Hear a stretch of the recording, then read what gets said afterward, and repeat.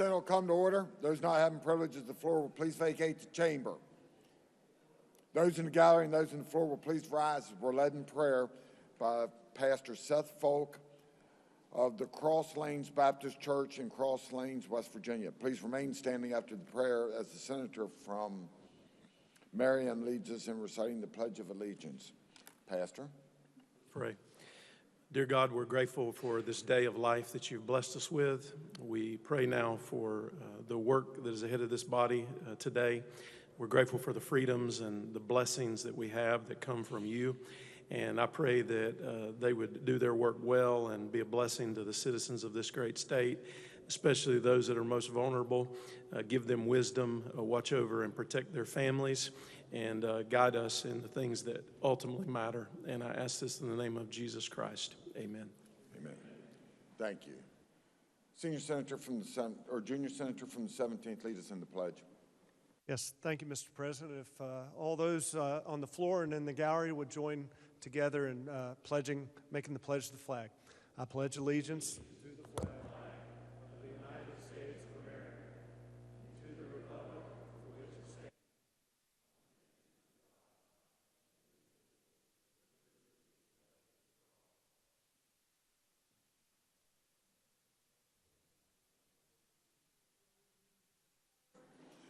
Reading of the journal. West Virginia Legislature, Senate Journal, January 17th, 2023. The Senate met at 11 a.m. Senator Blair, Mr. President, in the chair. The senator from Upshur requests unanimous consent to further reading the journals dispensed with and the journal be approved. Is there objection? Chair hears none. Further reading of the journals dispensed with and the journals approved. Introduction of guest. On behalf of the Senate, it is my pleasure to welcome honorary page for the day. Please stand and be recognized as your name is called. As guest is the senior senator from the 5th, Robert Lyle Chafin. Will the Senate please make him feel welcome?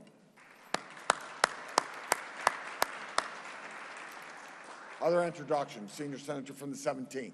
Thank you, Mr. President. On behalf of the Senate, it is your honor and mine to introduce our doc of the day. In the rear of the chamber, we have with us today Dr. William Mercer from Wheeling, West Virginia. If you wouldn't mind standing, let the Senate give you a warm welcome. Further introduction, senior senator from the 5th. Thank you, Mr. President.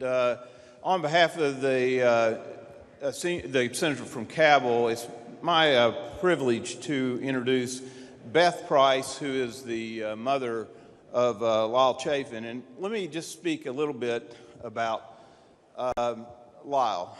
I think it's important, other than the fact that he does play soccer with my grandson.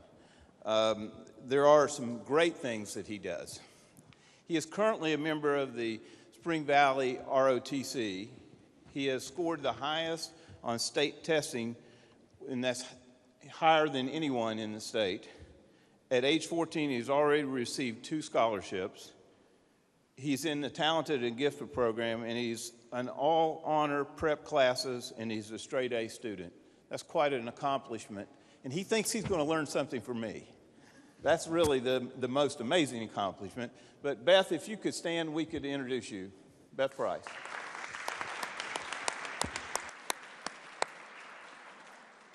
Further introductions. Really? No further introductions. Okay. Senior senator from the 6th. Thank you, Mr. President. I have a couple introductions. On behalf of myself and the senator from Mercer, we have seated in the North Gallery Pastor Mitchell Bias. Mitchell, please stand. He is pastor of the Regional Church of God in Del Barton, West Virginia, as well as director of the Congressional Prayer Caucus for the West Virginia Legislature. Senate, please join me and make him welcome.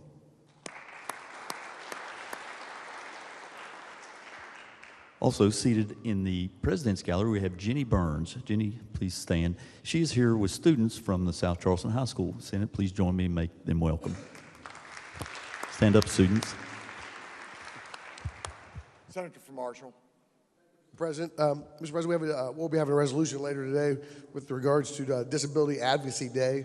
And here today in the gallery representing the Disability Advocacy Day is a Charlotte Roth, Tracy Hartnett, Sarah Mathis Jones, William Jones, Delmar Davis, and Emily Bays. Would the Senate please join me in making them welcome?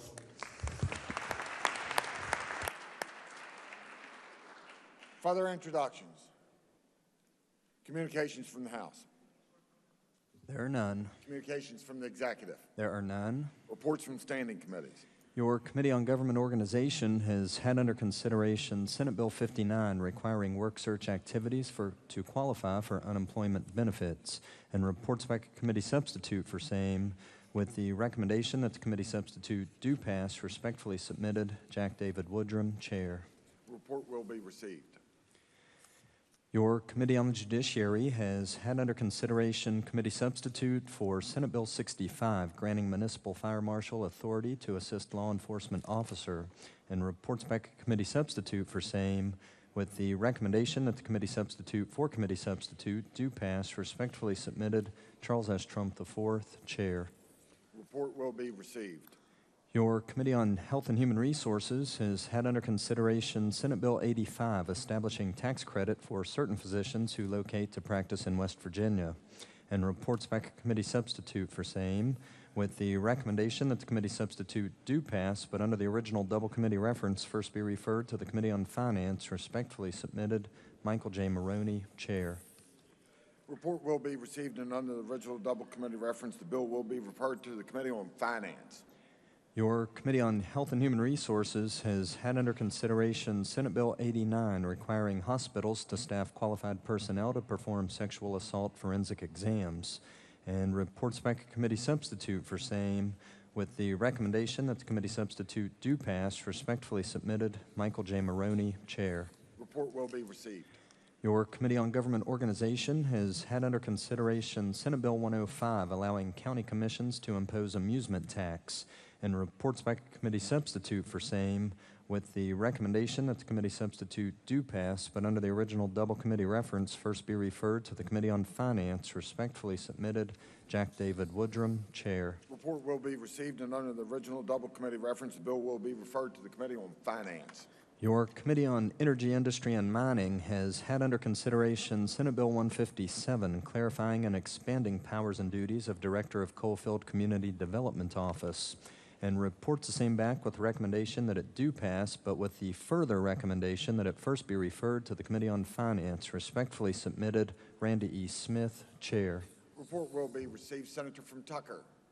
Thank you, Mr. President. I ask unanimous consent that the bill be referred to the Committee on Finance. Is there objection? Chair hears none. Senate Bill 157 will be referred to the Committee on Finance. Your Committee on Health and Human Resources has had under consideration Senate Bill 177, increasing minimum salaries for Bureau for Child Support Enforcement attorneys, and reports the same back with the recommendation that it do pass, but under the original double committee reference, first be referred to the Committee on Finance. Respectfully submitted, Michael J. Maroney, Chair. Report will be received, and under the original double committee reference, the bill will be referred to the Committee on Finance. Your Committee on Government Organization has had under consideration Senate Bill 180, relating to number of state troopers in county, and reports the same back with the recommendation that it do pass. Respectfully submitted, Jack David Woodrum, Chair. Report will be received. Reports from select committees. There are none. Introduction of bills. Senior Senator from the 17th. Thank you, Mr. President. I request unanimous consent that Senate Bill 272 through Senate Bill 294 be considered introduced, read by their titles, and referred to the appropriate committees as shown on our chamber automation system. Senior Senator from the 17th requests unanimous consent that Senate Bill 272 through Senate Bills 294 be considered introduced, read by their titles, and referred to the appropriate committees as shown on the chamber automation system. Is there objection? Chair hears none. So ordered. Resolutions. Senate Joint Resolution 7 by Senator Jeffries, Fair County Commissioner Representation Amendment. Resolution will be referred to the Committee on Judiciary, then the Committee on Finance. Motions. Petitions. There are none. Unfinished business. Senate Concurrent Resolution 4, naming the Ira Noon Copley and Marie Copley Memorial Bridge. Resolution will be referred to the Committee on Transportation and Infrastructure. Senate Resolution 9, designating January 18th, 2023 as Jan Lily Stewart Disability Advocacy Day. Senator from Marshall. Thank you, Mr. President. I request unanimous consent that the resolution be taken up for immediate consideration, committee reference be dispensed with, and the resolution be put upon its adoption. Is there objection? Chair hears none. The clerk will read the resolution. Senate Resolution 9, designating January 18th, 2023 as Jan Lily Stewart Disability Advocacy Day at the Legislature. Question is on adoption of the resolution. Is there discussion? Senator from Marshall. Thank you, Mr. President. Mr. President, today, January 18th, 2023, is designated as the Jan Lily Stewart Disability Advocacy Day at the Legislature. Mr. President, whereas there's 400,000 West Virginians with disabilities, and these individuals with disabilities, like all others, have the right to work and fully participate in their communities in order to realize their dreams. Whereas people with disabilities have the right to an equal opportunity to live full, productive lives as valued citizens in the community or setting of their choice. Whereas people with disabilities have the right to receive support they need to exercise self-determination, achieve independence, and become productive employees in the workplace. And whereas West Virginia citizens with disabilities have banded together in a collective group, the Fair Shake Network, to help bring their concerns to the forefront of public awareness. And Mr. President, the Fair Shake Network has developed a statewide network concerned with all types of disabilities and all age groups, providing opportunities for people to learn from each other and to act together. The Fair Shake Network has become a credible source of information for policymakers, advocates, and the public on policies and programs that impact people with disabilities. Organizations such as the Mountain State Centers for Independent Living,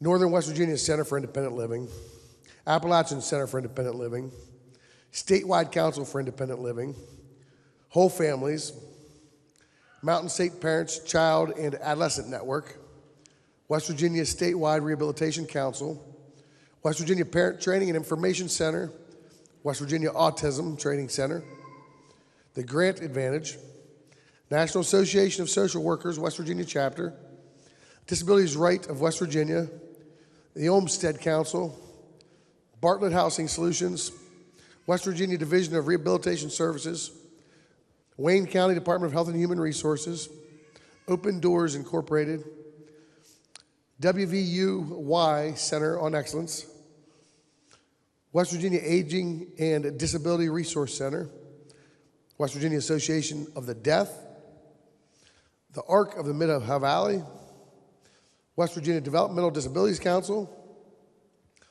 Stevenson LLC, West Virginia Human Rights Commission, Eastern Panhandle Deaf Alliances, and the West Virginia Center on Budget and Policy have all joined together to help increase public awareness of issues and concerns involving West Virginians with disabilities through the Fair Shake Network. The purpose of the Jan Lily Stewart Disability Advocacy Day today is to increase the awareness and increase the understanding of the legislatures, administrators, policymakers, and public about the issues that are important to individuals with disabilities. Therefore, be resolved by the Senate, Mr. President. Is there further discussion? If not, question for the Senate is adoption of the resolution. All those in favor will say aye. Those opposed, no. The ayes appear to have it. The ayes do have it. I declare the resolution adopted. Give me a motion for a brief recess. Senior Senator from the 17th. Thank you, Mr. President. I move the stand in brief recess for 5 minutes for the purpose of presenting the resolution. Senior Senator from the 17th moves that we stand in recess for 5 minutes. All those in favor say aye. I warn people I'm dyslexic and I don't do numbers so well. $80,000 will save $4,075 to a family. Let me repeat that. $4,079 will be saved by a family making $80,000. What's the governor doing that? A couple $1,000. That's all, two. Cut it in half. A family that makes 60. Now, these are regular income earners. That's who these folks are. These are the people that you see every day in your life. When you drive through fast food places, whenever you go to the barber, the beautician, when you go to church and you see retired people, these are the people that are going to get a zero tax. More numbers. At $60,000, our plan gives them $2,778. At the governor's plan, he gives them $1,382, half. And you ought to be sitting there going, why half? Why half? What's going on here? Exactly. On $40,000 in income, our plan would save them $1,575. The governor's plan, half again. Do the math. It's not easy for me. But at $40,000, it would be about $735. Half. And the poor folks who make and report $10,000 in income, these are state retirees. We're getting down into the place where state retirees would have no tax, but their tax benefit under our plan is only $300 if they make under $10,000, and it's only $150, some pocket change in the governor's plan. And you say, well, where's the money going? The governor's plan is going to be about 25% of the state budget revenue is going to go away. Who's getting that money? Well, folks, his plan applies and gives tax reductions to folks who are making more than $80,000. And what would that be? Let's just say a person reports $1 million in income, they would pay under our plan about $65,000, which is what they're paying now. What's the governor do to that? Cuts it in half, gets it down to about $32,000. That's their tax break. A state retiree making less than $10,000 a year gets $150 from the governor's plan. A millionaire who's reporting $1 million in income will get about $32,000 in reduction. So whenever you hear folks say, now it's fair because it's 50% off to everybody. yeah, 50% off on a $10,000 person is $150. On an $80,000 family, it would be $4,075. But for that $1 million report, they're going to save $32,000. Now, you know, at some point you have to say, am I here? Who am I here for? Well, I think under our plan in this amendment that it's pretty clear that we're here for the regular folks of West Virginia. And you'll hear people say, oh, but this discriminates against small business people. Hey, you know, they'll get their $4,000 off the first $80,000 in income like anybody else. And a lot of small businesses are in that range. The governor's only going to give them $2,000. We'll give them $4,000 on our plan.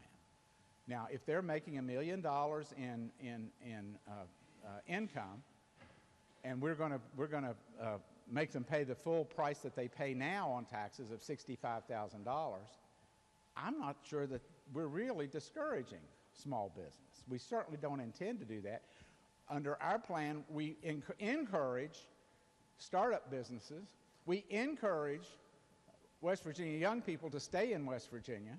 We encourage people who are remote workers to come to West Virginia because maybe they're making more than $80,000 a year. I hope they are. I hope everybody does. But that's not the reality in West Virginia. You know, and if you just sort of imagine yourself sitting in church and you look across the congregation, these are the people that you will help. These are the people who will get a 100% zero tax up to $80,000. All those older folks, they're probably going to get the zero tax. Maybe not, but their income based on their pensions probably won't put them over $80,000. So when you think about all the seniors in your district getting a zero tax, I think that's pretty powerful, very powerful stuff. On the other hand, when you have to explain why you only give them half because you went along with the governor's plan, I think that gets to be difficult, particularly when you're staring at the statistic that somebody who files for $1 million in income gets a $32,000 break, and the seniors that are getting $20,000 only get a break of $350 under the governor's plan. It's not enough. And you say, well, but Larry, on $20,000, you're only going to give them another $350. True, but they get a zero tax. That's going to be the powerfulness. It's not just the numbers, but the fact that there won't be tax on 72% of all West Virginia filers. That's powerful. That says it all, and that's fair. That's why the governor's plan is not fair. It benefits the folks, the more money you make, the bigger the break you get. And that's not right. That doesn't make any sense. What we want to do is to encourage young people to stay in West Virginia. We want to encourage retirees to come to West Virginia.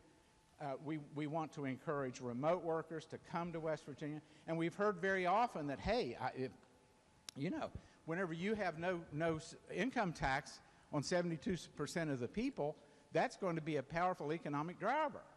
Well, it certainly can be. Where will those people spend their money? That extra $4,000 for an $80,000 house. So where will they spend it? Are they going to put it in a stock portfolio and pass it around the room in a board meeting? No, they're going to spend it locally. These are the people who will boost our economy. Now, the $1 million filer, and someone said, Larry, what do you got against rich people? I don't have anything. As a matter of fact, we need them, and they're wonderful. And we have been greatly benefited in the Kanawha Valley of having folks who've donated and been very, very good to us. But I think probably most of them would say, look, I need to pay my fair share. And that's all we're asking, is let them pay their fair share of what they got out of this society. You know, when you're able to make $1 million in income, a whole lot of things clicked for you to get you in that position. Pay your way. Pay it back. Now, I would point out that the economic boom, I hope, will help us. There is in this debate two sides. There are two sides. One is the happy, skippy, barefoot, running through the cornfield part, which is where we get to give tax breaks to people. That's why we're here. That's why we ran for office. We want to help the regular income folks with their increasing utility bills and just to make ends meet with inflation and all those kinds of things. And there's a dark side. The dark side is Halloween ugly. And it is what this tax plan, whether you take ours or the governor's, does to the state budget. Now, I'm not going to go into a lot of detail about that. They're pretty close in cost. We're talking, remember this number, 25% of state revenues. Poof, gone. So we got to replace those. Now, what you'll hear is that we got all kinds of money because severance taxes on gas, natural gas, and coal are producing like $900 million a year. And if we had that for the next 50 years, we're in good shape. But everybody in this room can remember when coal wasn't at those kinds of prices, when coal and gas together produced $200 and some million instead of $900 and some million. Now, I've been told that, and I don't know this for a fact, but I've been told that every year we have surpluses, without the big severance taxes, we have surpluses of $150 million or something, and that's kind of where we add on programs and do things and that sort of stuff. If that's true, if all we really do when we go back to normal is have $150 million extra to spend, on the governor's plan, how many years is it going to take to catch up? Now, there is something in the bill that House Finance put in. They took $700 million of surplus that we have right now in hand, it's in the bank, into a special fund for the very purpose of having money if we can't make our budget work. And I asked the budget director, and I said, well, do you all just get that money if you need it? No. You all have to come back into session and vote taking money out of that $700 million.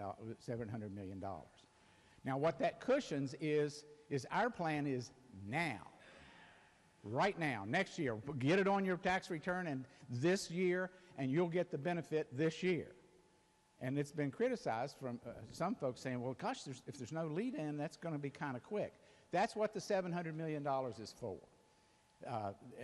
It's the first year. I don't know that I've got good numbers on this, but $300 or $400 million just the coming year because of the way people pay their taxes. And then the next year will be the big hit. And you say, well, what's the governor's plan? It's $1.4 billion. That's the Halloween part of this.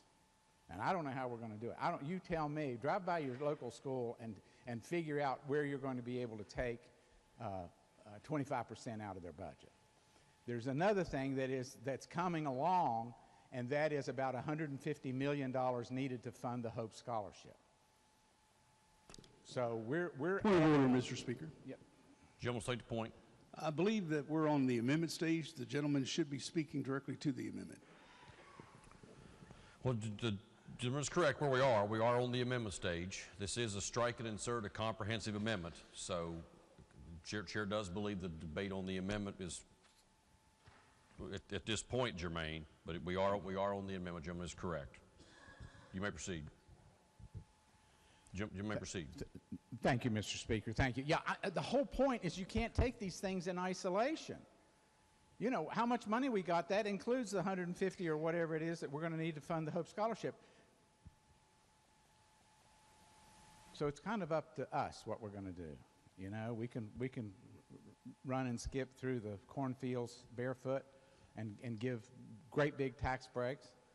If we're going to do it, the plan over here is very simple. Be fair. Help the people who need the help. Help the people who have paid taxes their entire lives. This is a historic vote, and I agree with anybody who says that. It's a historic vote, but it can be the worst historic vote of our careers if we get it wrong. Now's the chance with this simple amendment to have the right people get the benefit of this tax break.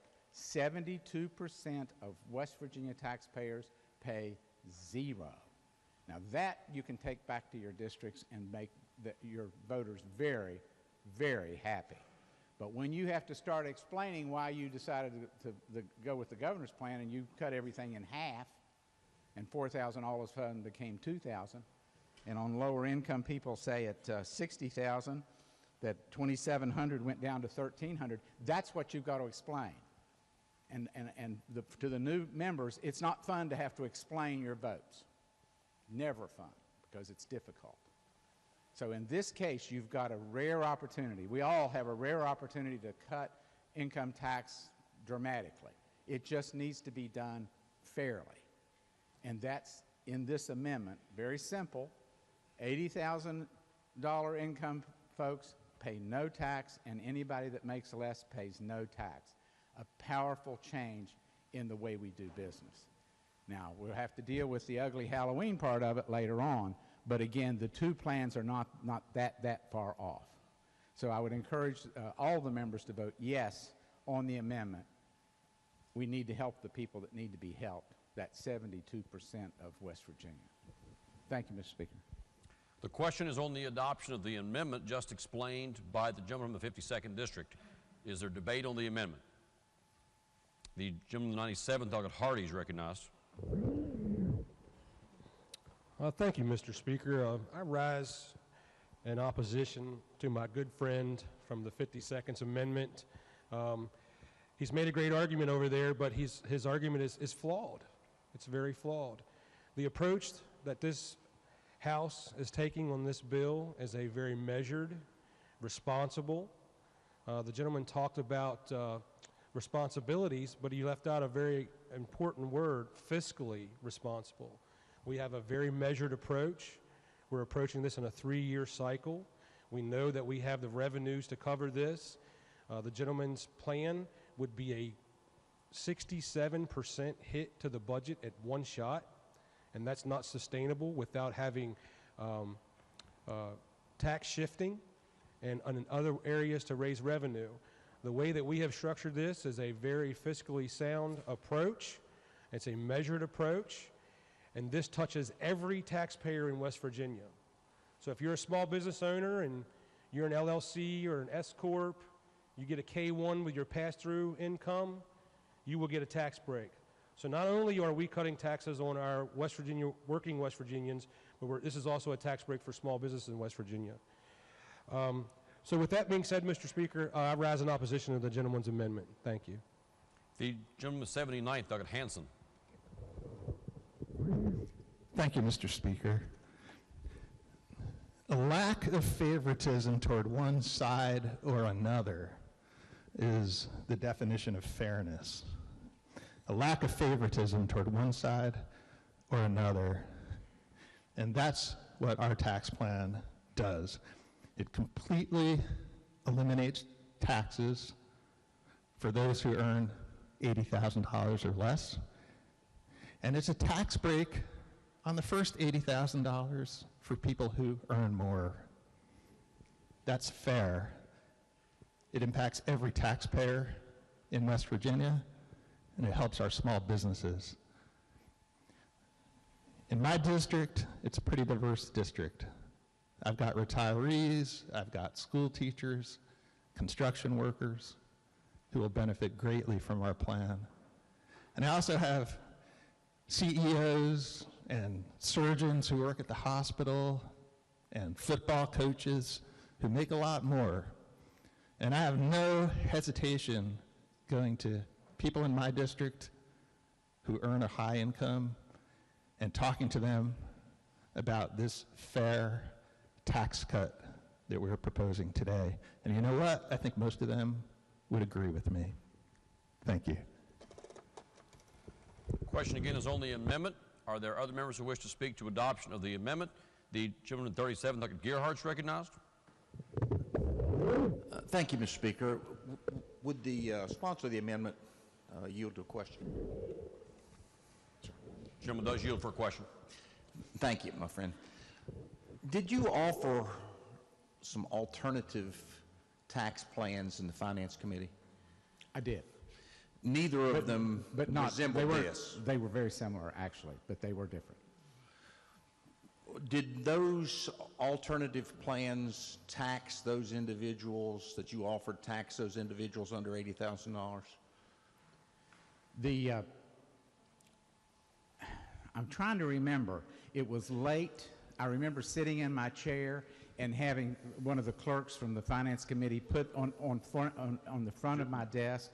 Gentleman raises a point of order. Okay, Jim will state the point. The question that the gentleman is asking is pertaining to an amendment that was presented in Finance Committee, not the amendment that is presented before us today. That point of order is correct. Does the gentleman wish to continue to answer the question? No. Okay, the gentleman does not yield for Thank you, questioning Mr. longer. Speaker. Thank you, sir. Ladies and gentlemen, the Is the gentleman now speaking to the bill? Yes, please. Okay, Thank the you, Mr. gentleman's Speaker. recognized to speak to the bill. West Virginia. The amendment. Chair's wrong. The amendment. Yes, sir. Thank you, Mr. Speaker. Ladies and gentlemen, the amendment offered today, I think, is where we are aspiring to go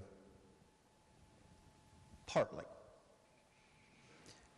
The idea of the bill, the underlying bill that this amendment seeks to address, puts us on the path to where we are a zero-income state. All taxpayers, Lord willing, and we continue to have success, we can eliminate the personal income tax in the state of West Virginia. The amendment wants to do that partly. However, it fails to respect all West Virginians, particularly those that have worked hard, worked smart, that have put their money at risk to be able to earn an amount of money that is subject to tax. We want to get rid of that. However, it's not something that can be done at the snap of a finger. This takes us a long way there. This has been a long path to get to where this bill is today. We want to be a zero-income tax state for all taxpayers. We want to respect the dignity of all taxpayers by offering less tax, and we want to get it to zero. The way to do that is a little bit at a time. It's not by favoring one group of West Virginians over another. It appears to me that those that pay more tax are going to get more dollars in break because they pay more tax. They contributed more from an economic standpoint to the state of West Virginia than those that paid less tax. And it would appear to me that those that currently pay less tax aspire to be in a higher bracket or in a higher income position, hopefully, by the time that they're there, is at a zero income bracket. Let's treat West Virginians, all West Virginians, with respect and dignity. Let's reduce the tax for everybody. Everybody that participates in the economy in the state of West Virginia should see less tax. Those folks that happen to make more income participate in our economy. They invest in our economy because they have the dollars to do that, and they're absolutely as worthy of a break as anyone else. Thank you, Mr. Speaker. The gentleman, the 25th, Dr. Horndog was recognized. Thank you, Mr. Speaker. Colleagues, today I rise in support of the Democrat income tax plan. And I'm going to tell you why. And first, let me start by saying that I believe that the majority, quite frankly all West Virginians, work hard, work smart for their dollar, not just the 1%. So let's start off there. I believe that in my district of Huntington, West Virginia, that server that's at Jim's, she's working hard to earn her dollar. She works hard. Whether it's Miss April at Carnivore Barbecue in Lincoln County, which I love, small business owner, she works hard. But I also know numbers. And right now, we've got 12, you've got 88. And so in the spirit of compromise, all of us here, 100, I do believe, that we need tax relief for West Virginians. And this is a good time to approach that topic. And I want to thank the governor for digging down in his Democrat ways and bringing this plan to the forefront. But we just think we just need to tweak it just a little bit so that it's supporting all West Virginians and how we go about doing that. And so just to share a couple of numbers with you all, if we're looking at averages, median income of our great state, our citizens, about $28,761 a year. Average household income, $50,884, excuse me. But I also want to look at what is the average of expenditures? About $41,000. And what leads the way, might you ask? Housing, cars, food, and health care. With the exception of health care, the other three items, they're the folks that all of us has been talking about here, all 100 of us, small business owners. But sometimes we misconstrue that and think that everybody's just making a gazillion dollars because you're small business owners. The most of them are making in that range of $60,000 to $80,000. They're your local mom and pops that are struggling to survive. We have a golden opportunity to do the right thing here today. The truth shall reflect that the Democrat income tax plan will help everyone, no matter if you're making that $28,000 or some of my other friends and colleagues that make millions of dollars, and that's okay because they have worked hard for it, and we appreciate that. And so we want everybody to enjoy in this tax relief plan. But philosophically, we have a contrast here today, okay? And so our plan, the Democrat income tax plan, it's going to support the car owner, the car dealership owner, which I have a lot of those friends in my district, but it's also going to support the mechanic, the salesman, the manager, and that little old lady that we all know that's in there trying to get a car on a fixed income. The other plan will just support the car dealership owner. And I submit to you that mechanic, that car salesman, that manager, that little old lady, what are they going to do? Because we all do research. The people that have the least, they spend the most. So they're going to go back out, they're going to buy that truck from that wealthy car dealership owner and put more money in his pockets. Yeah? They're going to go to Lincoln County and go to Carnivore Barbecue and buy all the ribs they can handle. Yeah, they are. They're going to go to your local retailer. They're going to buy some new shoes for their kids. That's what they're going to do. We're going to help everybody, no matter if you make $1 million or $20,000, but we're going to make the most impact. And the most impact is putting the money in the majority of West Virginians so that they can boost the economy. Thank you, Mr. Speaker.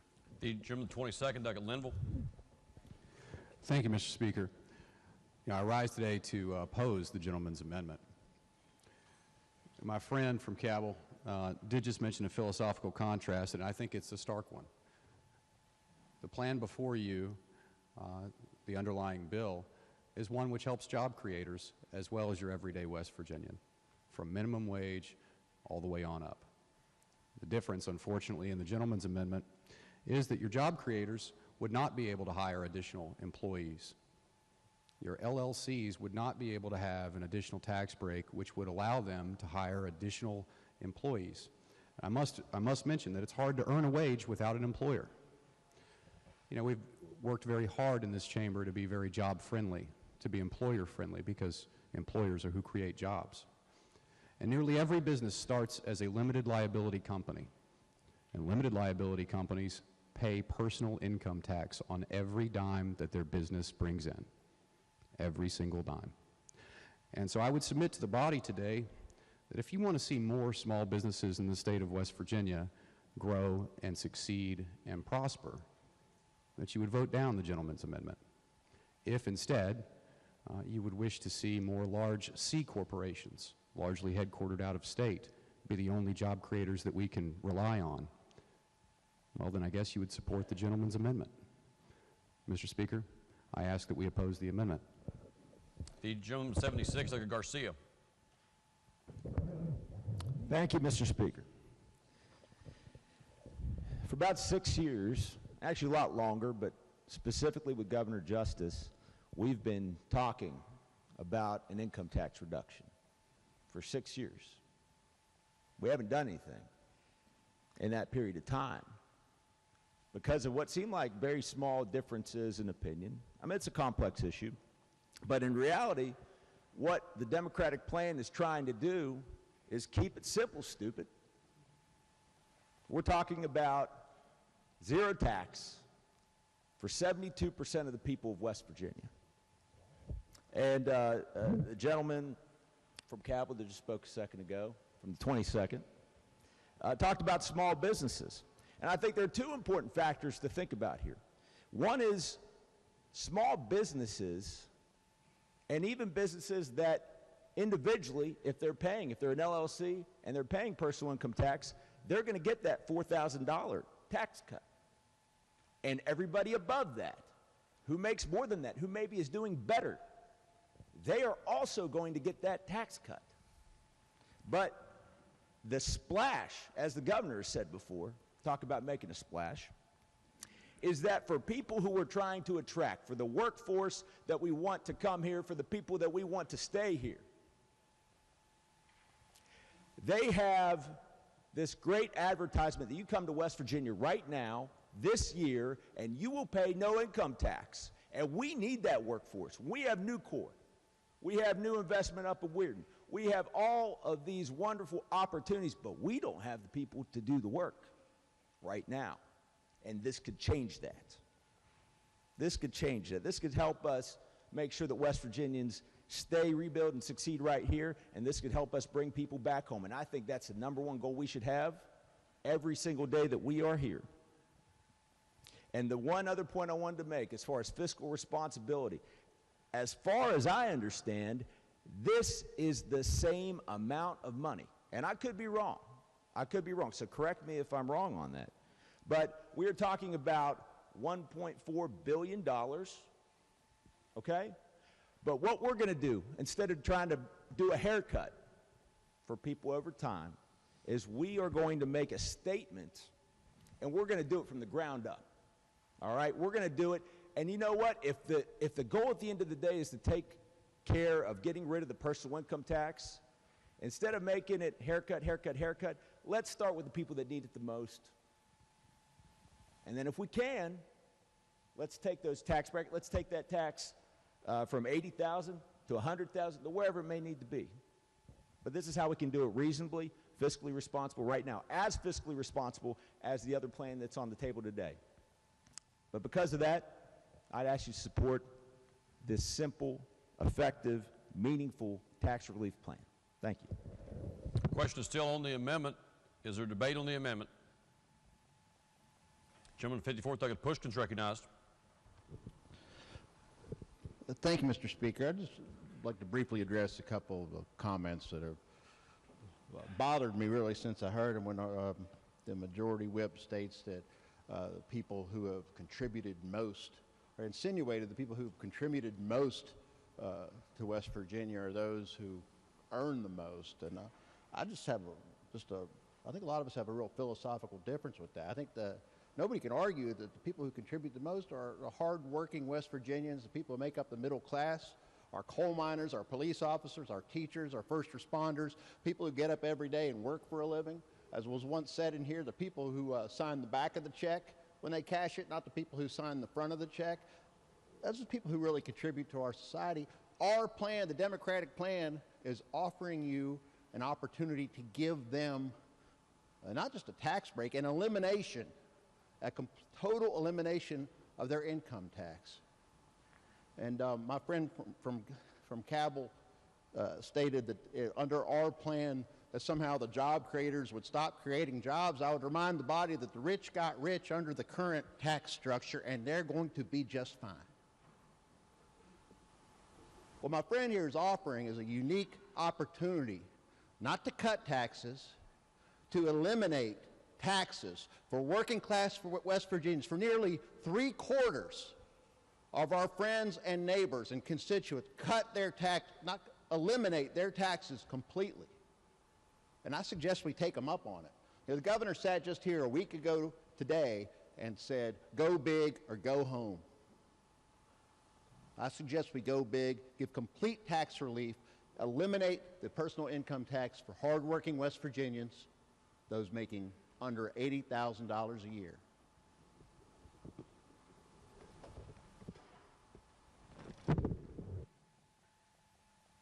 The question again is on the amendment. Is there further debate on the amendment? If not, Chair will recognize the sponsor of the amendment, the gentleman on the 52nd Doggett Road, to close debate on the amendment. The gentleman is recognized. And I think that has been a pretty good debate. Mr. Speaker, was the gentleman seeking recognition? Yes, yes. Chair will recognize the gentleman to close debate again at the appropriate time. Gentleman 96, Doggett Householder is recognized. Yes, thank you. Thank you, Mr. Speaker. All right, ladies and gentlemen, I want you to understand one thing here that's happening. You're about to get the wool pulled over your eyes without you even thinking about it. This is by far not a tax cut. This is actually a tax increase on the middle class. And I'm going to explain to you why if you just look simply at their amendment. Their amendment is saying for income that is over $80,000, the tax rate is 6.5%. Well, keep in mind, we heard from our good friend from the 52nd, by his own admission, he said the median average income in West Virginia, I believe, was $50,884. I believe that's what you said. I believe that's what you said. That was the median income. So with that being said, just think about it. If you have your spouse makes $40,000 a year, which is not a lot of money, I would agree. And if you make $40,000 a year, guess what? You're now going to be in our highest tax bracket. This is a tax increase on 3/4 of West Virginia. It's not a tax cut. So for those reasons, make sure you really understand what's happening here today. I urge you to reject their amendment. Thank you.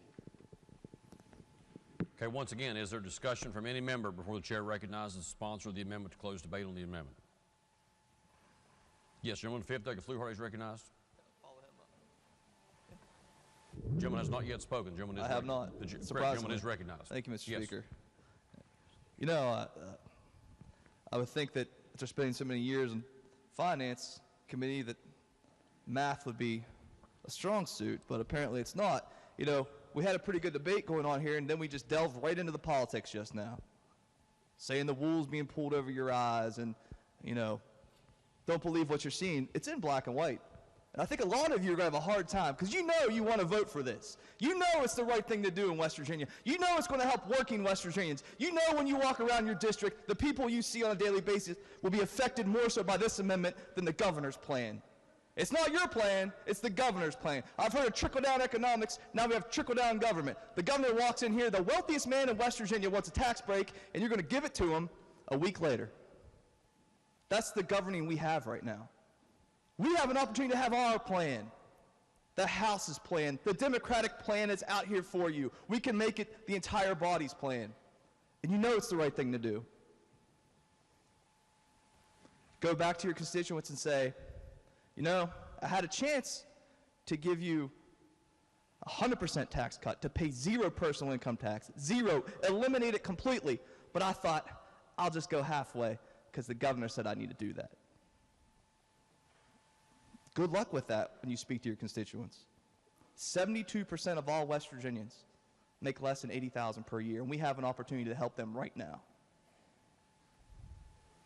Yet we're going to play politics with it and say things like wool over our eyes and, you know, the stuff that really ruins and tarnishes what we're supposed to be doing here. This is a great amendment. It helps working West Virginians immediately, puts money back in their pockets immediately. It's the right thing to do. Let's go green. I support the amendment and the Democratic plan. Thank you. Question again is on the amendment. Debate. Is there debate from any member on the amendment before the chair recognizes the sponsor to close debate on the amendment? Okay, if not, chair recognizes the gentleman in 50 seconds.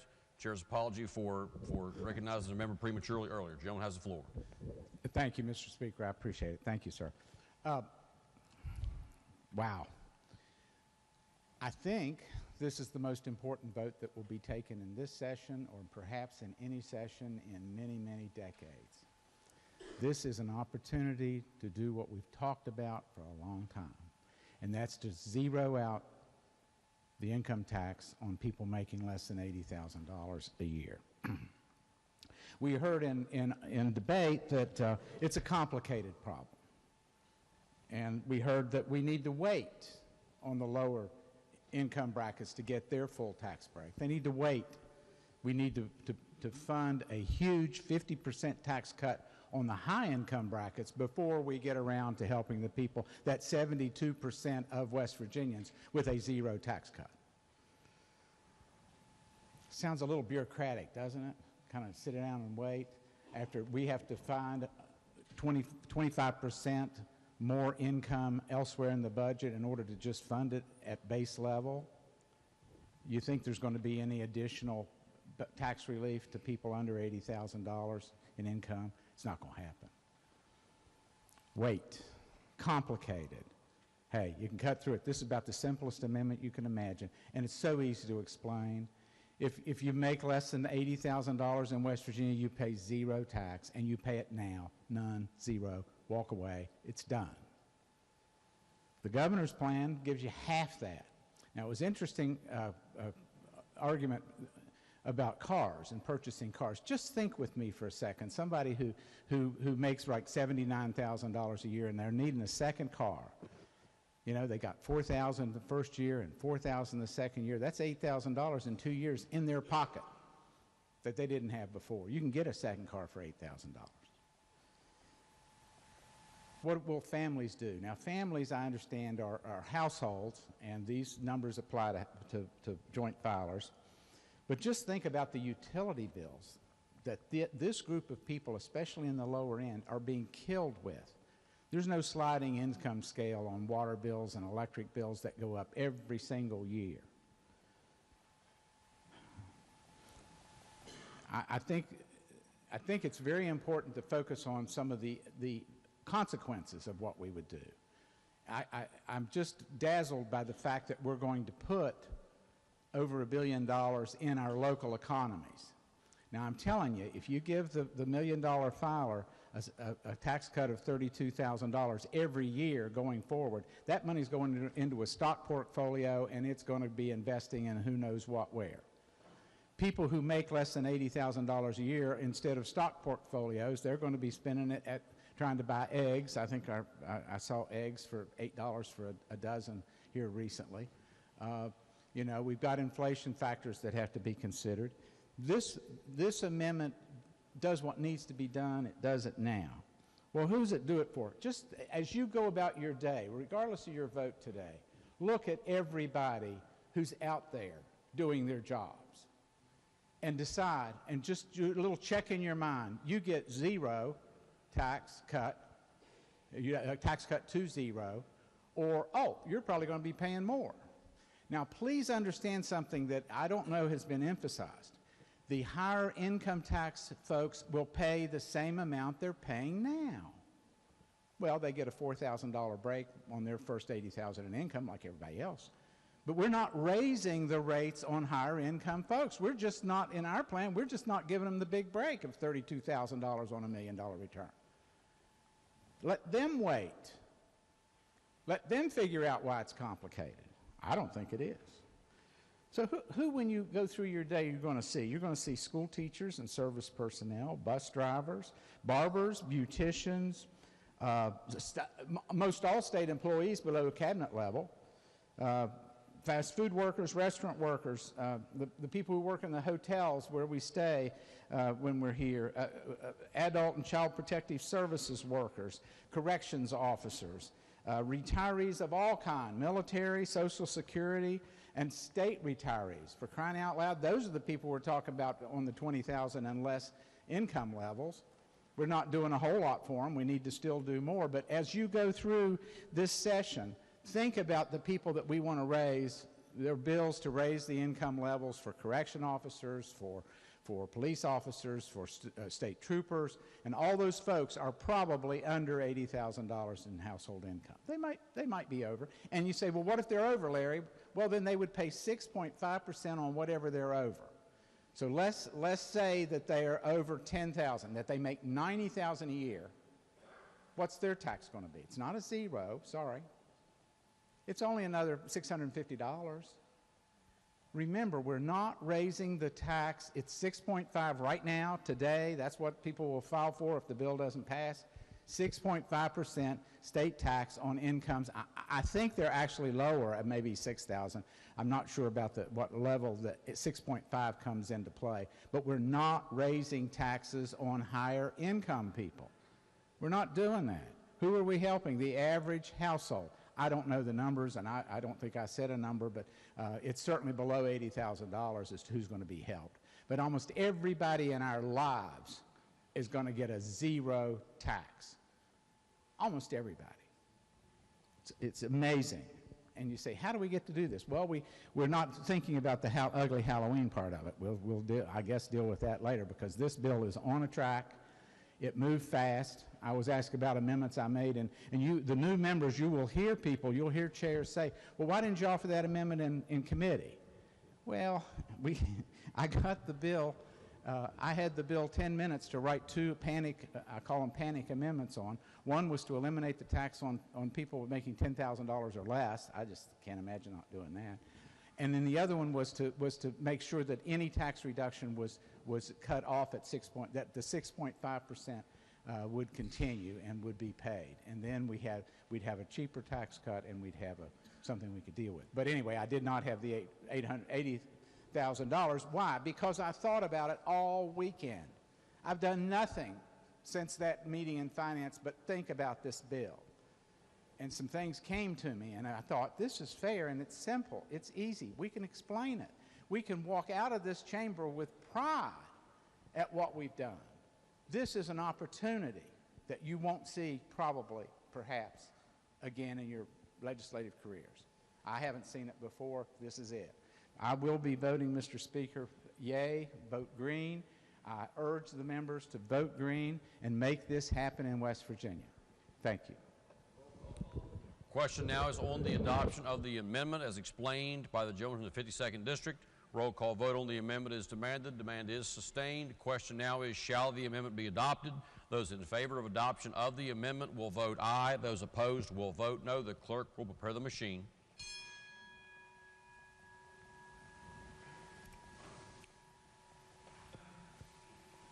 Has every member voted? If so, the clerk will close the machine and ascertain the result. On this question, there are 11 ayes, 86 nays, 3 members absent, less than a majority in the affirmative. Chair declares the amendment lost. Are there further amendments? If not, the clerk will read the bill a third time. Committee substitute for House Bill 2526 relating to reducing the personal income tax. Gentleman 97, Douglas Hardy. Thank you, Mr. Speaker. Committee substitute for House Bill 2526, personal income tax reduction. The purpose of the bill would phase in a 50% reduction in state personal income tax rates over 3 consecutive years, beginning with the 2023 tax year. The committee action, the committee reported a committee substitute that made non-substantive technical cleanup and clarifying corrections and added another section of code, subsection 11-21-93. This section of the existing code would be amended to require that the general revenue surplus that is anticipated to become available after the end of fiscal year 2023, which ends June 30, 2023, the first $700 million to be deposited by the Secretary of Revenue into a personal income tax reserve fund. The existing fund used for income tax is now used for income tax refunds. These surplus monies and any future surplus deposits into this fund may be transferred to general revenue to meet any anticipated shortfalls below official general revenue collections estimates for future fiscal years, but only upon appropriations by the legislature. I urge passage. Thank you, Mr. Speaker. The question is, shall the bill pass? Is there debate on the bill? The gentleman in the 80th, Dr. Williams, is recognized. Thank you, Mr. Speaker, and thank you to my friend for explaining the bill for us. And I'm sorry that my friend from Kanawha's amendment didn't pass. I rise today in opposition to this bill because I'm against tax increases on middle class, working class, and upper class folks. And it's my fear that if we do this today, we are guaranteeing that that's something that's going to happen in the future. And I think history tells us so. I want to talk about a pretty good president. He was the president in office when I was born, Republican President George Bush, who in 1980 very famously looked at his opponent's tax plan and called it something economics, voodoo economics. That's a Ferris Bueller reference for you. He called it voodoo economics because at that time, the idea that cutting taxes on the richest of folks would create jobs was a completely unproven idea. And now here we are, 43 years later, and we're still buying into this idea. What happened in the 1980s when those taxes were cut? Well, we cut income taxes on the richest of Americans, and over the next 10 years, payroll taxes went up. How business friendly is that? We're going to tax you for employing someone. And I fear that a similar situation would happen in the state of West Virginia, where if we eliminate the income tax, we're going to raise the sales tax, the excise tax. How business friendly is that? We're going to tax you more at the point of sale in which commerce is conducted. I can't stand for that. I can't stand for that. And so when we think about the economics of 43 years ago, I say that today I call it hoodoo economics. Who do you think is going to bear the brunt of losing this money? I think it's kids that depend on birth to 3 programs. Who do you think we are going to have to raise taxes on in 5 years when we can't balance our budget? I think it's going to be working West Virginians through a sales tax. And who do you think is going to have to deal with that issue 5 years from now? 6 years ago, when I first came down here, we had a $500 million shortfall. 5 years from now, that's going to look like pennies compared to what we're going to have. And who's going to have to deal with that? Some of us in this room will. So I would just ask that we think about this a little more. And boy, I wish that amendment would have passed, but I know it's day 7. Maybe we can circle back to it and see that that was a pretty decent idea all along. Thank you, Mr. Speaker. Question again is, shall the bill pass? Is there further debate on the bill? Gentleman 26, I got Rohrbox recognized. Thank you, Mr. Speaker. Good morning, ladies and gentlemen. Those of you that have served with me know that I tend to look at the numbers. And as we consider this bill, I think we have to consider where we're at in West Virginia. We've made tremendous strides in the last 8 years in this legislature. Regulatory reform, tort reform, it's starting to pay off. There's one thing, frankly, we haven't tackled, and that's income tax, just tax reform in general. As such, in preparation for this vote, I thought, well, let's see where we're at in West Virginia. I think that's important. Obviously, we're trying to compete against our surrounding states. I think lately we've done a pretty good job. So I decided to look up the tax rates of our surrounding states.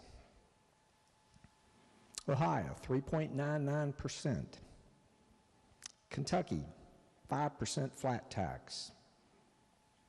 Virginia, 5 3/4. Maryland, 5 3/4. Pennsylvania, 3.07% flat tax.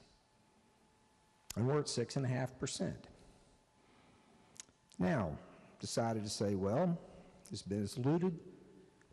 There are states that have no income tax. 8. Alaska, Nevada, Florida, Wyoming, South Dakota, Tennessee, Texas, and Washington State. Again, those seem to be pretty fast-growing states. Then I decided to take a look at taxes in general for all 50 states. There are only 15 states that have a higher tax bracket than we do. California, Connecticut, Delaware, Hawaii, Iowa, Maine, Minnesota, Montana, Nebraska, New Jersey, New York, Oregon, South Carolina, Vermont, and Wisconsin. And I might add, Wisconsin has a bill on the consideration right now to go to a 3.5% flat tax. Something significant happened in this country on the 1st of January, besides being New Year's Day. Tax cuts became effective in 11 states in this union on New Year's Day. 13 states already have a flat tax. That's not what's being proposed here. But as the ladies and gentlemen in this room that are sent here to see the people's work, one of the main parts of the people's work is economic prosperity in our state. Now, I don't think we can ignore what these other states are doing. I might argue to you that we do it at our own peril, because businesses are sensitive. People are sensitive to these kind of things. Look at the out-migration. There was another very good article I'm not going to speak to this morning, but about the out-migration that's occurring from California and New York State, which are the two states, and New Jersey.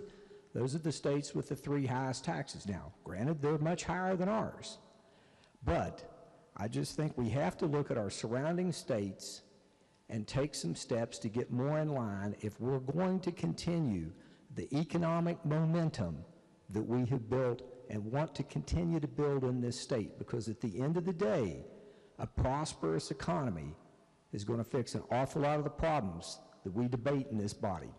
Thank you, Mr. Speaker. Question again is, shall the bill pass? Gentleman with the 100th, Dr. Ridenhour. Yes, I'd like to address, based upon my background in economics and history, the reference to voodoo economics that was made. If people remember when our great president Ronald Reagan instituted the tax cuts that he did, we began the greatest economic surge in our country's history. And I'd like folks to keep that in mind as they're looking at this bill and the potential for that economic rise to occur within the state of West Virginia. Thank you. Question again is, shall the bill pass? The gentleman the 9th, Dr. Barnhart. Thank you, Mr. Speaker. I rise today in strong support of House Bill 2526. You know, today, I was just thinking about it on the drive-in today, it marks the 3rd time in 3 sessions that the People's House is considering cutting the personal income tax and getting on a glide path to ultimately eliminating that tax altogether. And it's a tax that punishes, mind you, it punishes success, and it punishes the working people of this state who are just trying to get up and earn an honest living every single day. It really and truly does. It's long past time for reform on this method of taxation. As a result of the strong, fiscally responsible leadership in this House and across the building, the state of West Virginia is enjoying today some record-breaking surpluses in our state budget. And as a result of these surpluses, it's time to give back. It really and truly is. And look what we've done with some of the stuff where we've reinvested some of these funds in the past. I mean, we've reinvested in our roads over the years. We've reinvested in our state workers, our tourism, critical services that needed addressed, where we kicked the can down the road, and most importantly, economic development in many possible ways. You know, I've always viewed the state budget like a family budget. When times are tough, we have to make sacrifices. We all know that. But when times are good, we need to give back. The tax proposal before you today represents an investment, a historic investment in our most important resource, the people of West Virginia. States such as Florida, Texas, Tennessee, you go down the line, that have gotten on a path to eliminate the income tax, they've seen remarkable growth in their population throughout the years, and we can model some of that growth with our tourism and our opportunities here in this state. One of the most significant issues, and I've talked about it many times, it's facing West Virginia, is that we're losing population here in our state. We're losing population. It's an issue over and over again. We always keep hearing about it. And this is an opportunity to provide our citizens another reason to stay, and citizens possibly looking at our state, another incentive to locate here in the great state of West Virginia. West Virginians need a tax cut, and everybody in this room knows it. West Virginians need relief. This presents another reason, just another reason on many reasons we've created here through the ways that we're making our state more business friendly and more, give us an opportunity to locate here. It gives them another reason to choose this state as a place to live, work, and raise their family. Gives us another opportunity to raise to have people raise their family here in this state and not in Ohio, Pennsylvania, or Virginia. You know, the income tax reduction will also help our small business owners across this state, which in fact employ thousands of West Virginians across, thousands of people across our state. Oh, hold on just a second. And then at the end of the day, this is a great opportunity. It's going to be historic, and this is an opportunity to truly make a splash. And as the governor would say, guys, it's not that hard. Let's just cut taxes and win. I urge passage of this bill. Chairman of the 53rd, Dr. Pritt. Thank you, Mr. Speaker. One of the reasons I came here was to help small businesses. And one of the key things that we can do to help small businesses is to ensure that we have a tax rate that is fair and reasonable to small businesses. Many, many small businesses across West Virginia are registered as LLCs, and they're registered perhaps not under any kind of formation. And one of the things that this does is it lowers their ability to pay taxes, which helps them stay in business. Many, many businesses have very variable income. You might have a small business that one year makes $75,000, the next year it might make $200,000, or it might make something in between. But when we lower the taxes for these individuals, many of whom might employ one or two people, it makes it likely that a business is going to be able to make it through the tough times. That's how businesses operate in West Virginia that are small businesses. Oftentimes when they have that extra income, they will put it away, and they will take income and they will perhaps invest it in new equipment. That's what this bill does. It touches every part of our economy. It helps all West Virginians. That's what I came here to do. I came here to help small businesses, to help individuals, and to lower taxes. And with the passage of this legislation, that's what's going to happen. We're going to have a more prosperous West Virginia. If you're voting for this bill, you're in favor of West Virginia and expanding our economy. Thank you.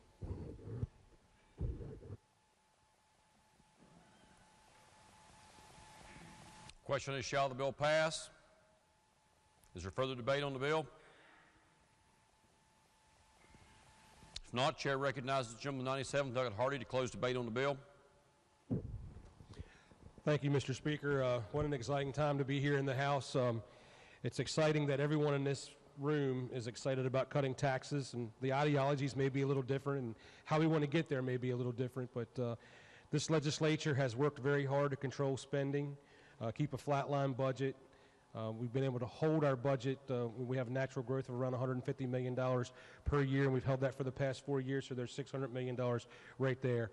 But it's very exciting times to be able to give tax money back to West Virginians, working West Virginians who have been pulling the trailer. They've been pulling the wagons for so long, and it's a wonderful opportunity to be able to return some of this tax money back to them. I feel that this plan is a very structured plan that works over a 3-year period. It's a very safe plan. We have done the projections. We have the economic outlook. We know we have the money for the replacements. We have doing this with no tax shifting, which is very important. How many times have we talked about cutting taxes for our taxpayers? We cut one tax, but we shift it to someplace else. There's no tax shifting in this plan. So this is very exciting times for West Virginia. So with that being said, Mr. Speaker, I urge passage of the bill, and it'd be really nice to light that board up 100% green. Thank you, Mr. Speaker. The question before the House is, shall the bill pass? Those in favor of passage of the bill will vote aye. Those opposed will vote no. The clerk will prepare the machine.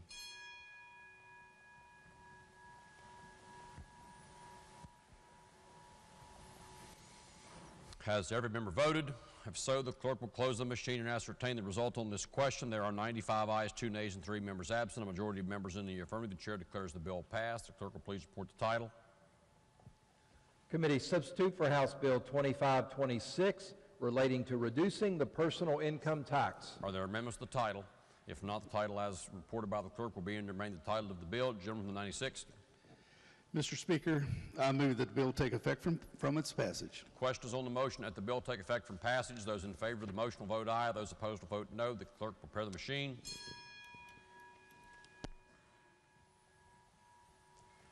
Has every member voted? If so, the clerk will close the machine and ascertain the result. On that question, there were 94 ayes, 2 nays, and 4 members absent. 2/3 of the members voting in the affirmative. The chair declares that bill effective from passage. The clerk will please communicate the action of the House to the Senate. Are there further bills on third reading? If not, bills on second reading.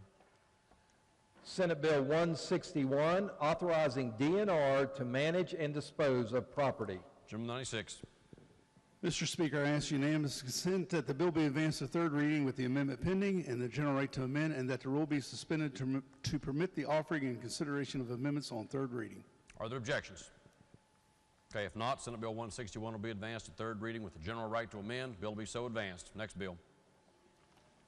Senate Bill 162, authorizing Director of DNR to lease state-owned pore spaces in certain areas for carbon sequestration. From 96th.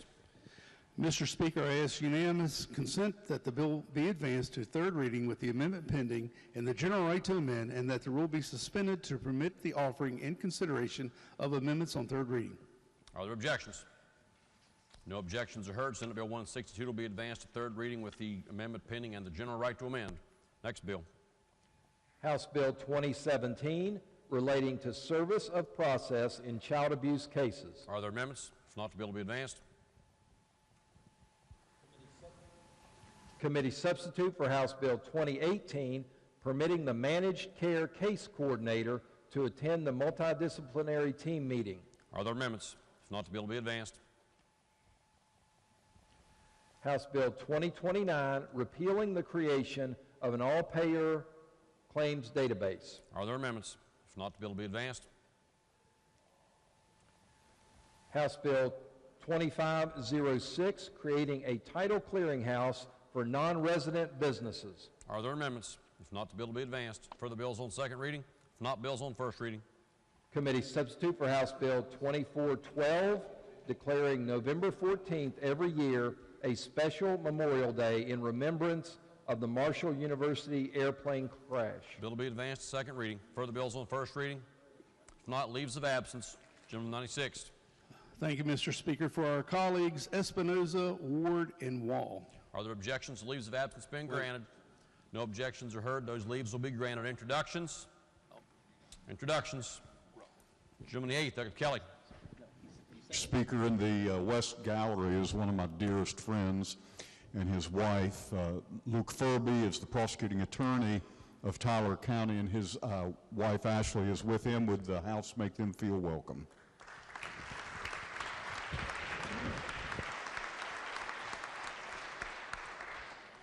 Further introductions. Miscellaneous business. Gentleman 79th, Douglas Hanson is recognized. Thank you, Mr. Speaker. I would like to ask for a leave of absence for Delegate Walker.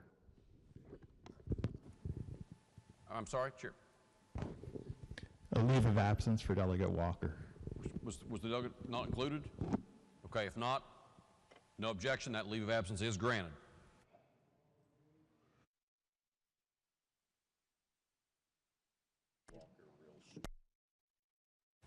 Is there further miscellaneous business? Okay, if not, Jim 96th. Thank you, Mr. Speaker. I move, subject to announcements, that the House adjourn until 11 a.m. Thursday, January 19th, 2023. Are there announcements? Gentleman 97th. Thank you, Mr. Speaker. Your Committee on Finance will meet this afternoon at 1 p.m. for the DHHR budget presentation. Gentleman 51st. Thank you, Mr. Speaker. Your Committee on Judiciary will meet today at 1 p.m. in the committee meeting room. The agenda has been posted. Gentleman the first. Thank you, Mr. Speaker. Your Committee on Government Organization will meet today at 3 o'clock p.m. in the committee room. Republican members will caucus in the chairman's office at 2:30. Lady in the 49th, Dr. Tully. Thank you, Mr. Speaker. Your Committee on Health and Human Resources will meet tomorrow, Thursday, January 19th at 3 p.m. in the East Wing Committee Room, 215 East. The agenda will be posted. Republican members will caucus at 2:30 in the chair's office, and please bring your laptops. Thank you. The gentleman 77th, Dr. Statler. Thank you, Mr. Speaker. Your Committee on Education will meet today at 2 p.m. in the Education Committee Room. The Republican members will caucus at 1:30. The gentleman 88th, Dr. Hillenbrand. Thank you, Mr. Speaker. Those interested in forming a Veterans Caucus will meet at noon tomorrow, location to be determined. The gentleman the 6th, Dr. Reynolds. Thank you, Mr. Speaker. Your Committee on Workforce will meet Thursday, January 19th at 9 a.m. in the East Wing Committee Room, room 215. Members, please bring your laptops. The agenda will be posted. Republican will caucus 8:45 in GovOrg Chair office. Thank you. The gentleman the 85th, Dr. Hott.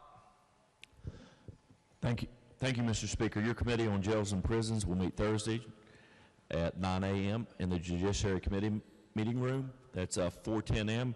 And please bring your laptops. Thank you. Lady in the 70th, Dr. Petito. Mr. Speaker, your Committee on Seniors, Children, and Family Issues will meet at 10 o'clock tomorrow, Thursday morning, in the House Finance Committee room. Please bring your computers. The gentleman 23rd, Dr. Worrell.